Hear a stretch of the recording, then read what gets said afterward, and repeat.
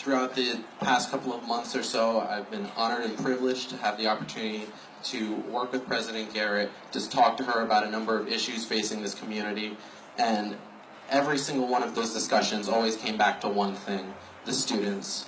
Whether you agreed with her or not, some of her ideas were controversial and upended the way that we do things here at Cornell, but to do so is again to be a Cornellian, to challenge common held ideas, to try and change our university, our state, our country, and our world for the better. It's a part of our land grant mission, and it's one that President Garrett fought for up until the very end. First time I met President Garrett was at the birthday bash we had in the spring during Charter Day weekend.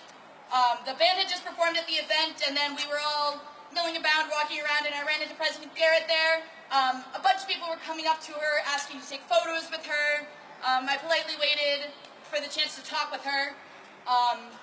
Then when I spoke to her, before I could even say anything, before I could get out like, "Hi, I'm Michaela," she was like, "Oh my gosh, can I take a photo with you? I want to show my family." And I was like really, really taken aback. I was like not used to this, but I was like, "Oh, okay." So I got together with a photo, and she was also laughing at the fact that, you know, the entire night it had been students coming up to her wanting photos with her, and it was her that wanted the photo with me. And I just think that really shows how brimming with energy and life she was, and it just meant so much to me. And from that interaction, I was so excited to have her as our president. So then in the fall, she came to the band room at our first night. You know, lots of music, lots of sound.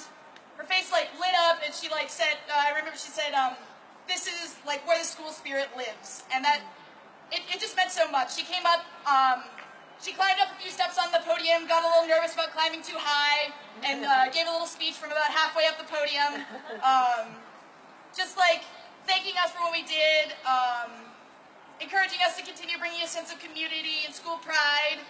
And in that moment, we knew that she would share our hope that this campus would not only be a place of learning, but be a home.